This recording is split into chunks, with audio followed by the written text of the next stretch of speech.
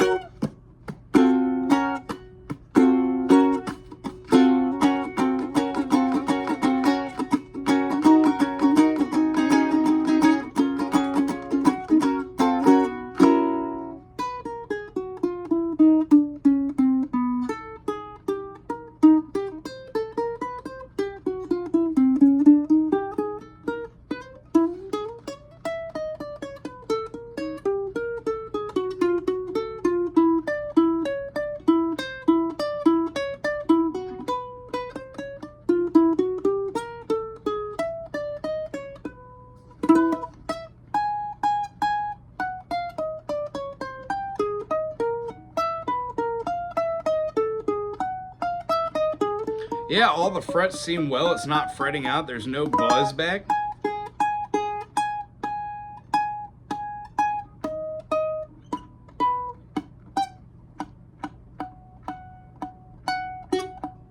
It seems like it's set up quite well. Right out of the box, right in the intonation, hanging on the wall. So very groovy, so very thankful. I'm gonna do a touchback here on this Islander, the AT4FE. It is with this Fishman pickup. Pretty cool. I played out live with the other version. Sounded great in a bar type open mic scenario and in a banquet hall.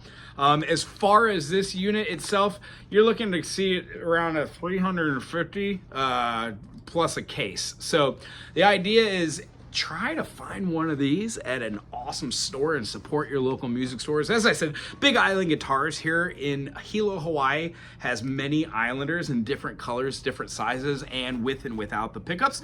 This one particularly I dig again because it doesn't have the strings that go in the back. It has these peg type guitar peg systems, which means you're not going to rip off this. The inside bracing doesn't have the traditional scallop bracing, but it does have a little curiosity. It's called the what is the name of that? Ooh, I don't remember. I'll put it in the description. I put it in one of the other ones. It's a special type of bracing that this company does now. Curious enough, there is a marking up at the top there that has its own model number. I didn't notice that on the other model, and now I see it on here. That's actually quite cool they did it. And then you cannot hear anything rattling around. Some of the other units that I've played from different companies, all the inside wiring just like clink, clink, clink, clink, clink. That's super annoying. There are no burrs, which means they did a great job cutting off these frets, metal frettings, and then sanding or shaving off these by grinding them down and or buffing them by hand. Long story short, I am super impressed with the Islander series. I'm very, very grateful to Loren and Spencer of the Big Island Guitar and all of the crew that works there. Very, very cool to have a local music shop, which is as awesome as them. Once again, my name is Wago Howard. If you haven't already checked out my channel, check it out for some music stuff, why don't you? Aloha!